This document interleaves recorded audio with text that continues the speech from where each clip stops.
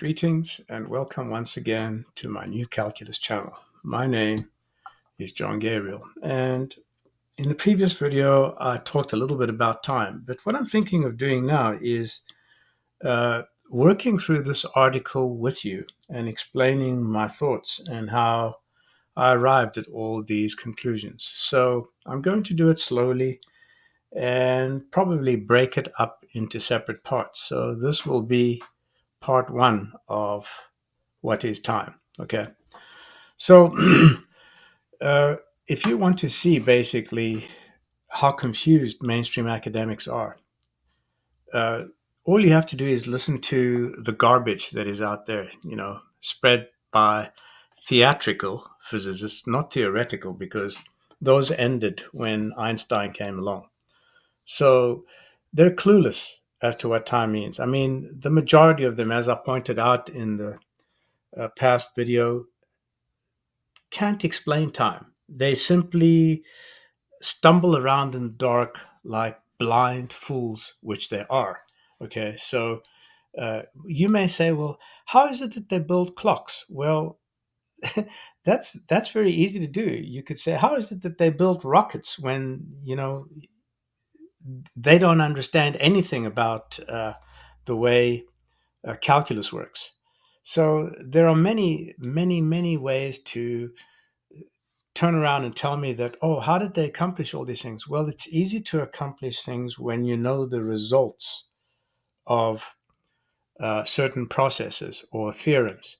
Okay, it's easy to drive a car even without knowing how the car works.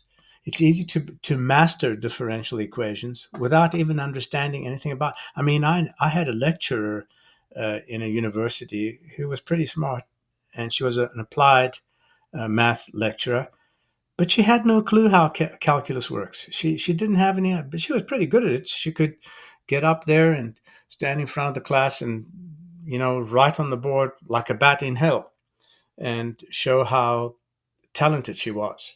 But she was useless at explaining, didn't have a clue.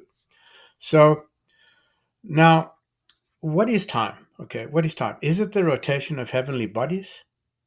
I mean, that doesn't even make sense, right? Is it the number of atomic vibrations of a given element? Does it require prior existence of matter? Is it a measurement of some kind? Is it the mythical fourth dimension? So, the quick answer to all of those questions is that it's no to all of them. It's none of those things. So, the knowledge I want to talk to you about now has been lost since the ancient Greeks. Okay. They understood the meaning of time, and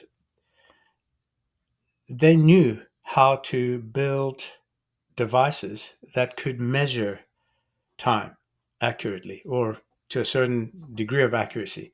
So, in short, time is the concept that describes the occurrence of an event and distinguishes the event from all other events that do not occur simultaneously or concurrently.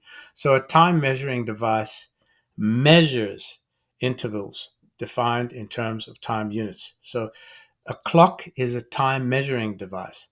An hourglass is a time measuring device. Time, time is not what a clock measures. Time units are what a clock measures. Okay, so when you hear some idiot say, or some theoretical physicist in quotes say that a time is what a clock or an atomic clock or whatever else measures, that's BS.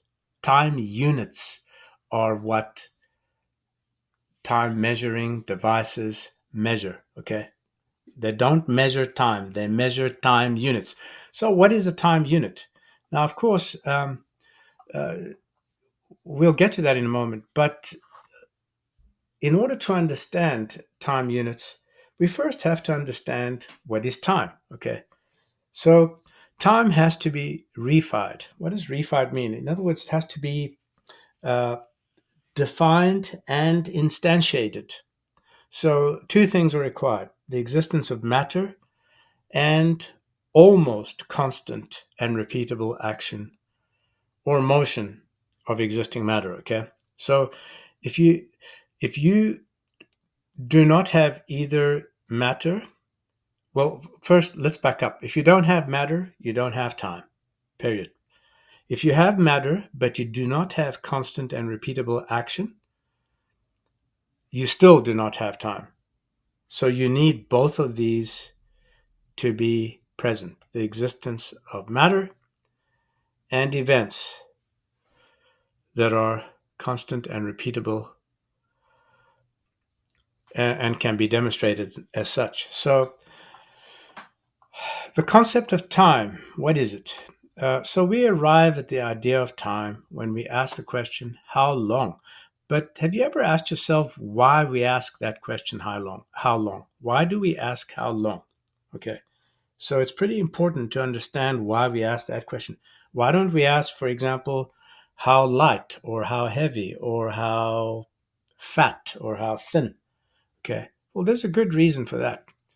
And so in this video, I think I'm going to stop and let you think about that.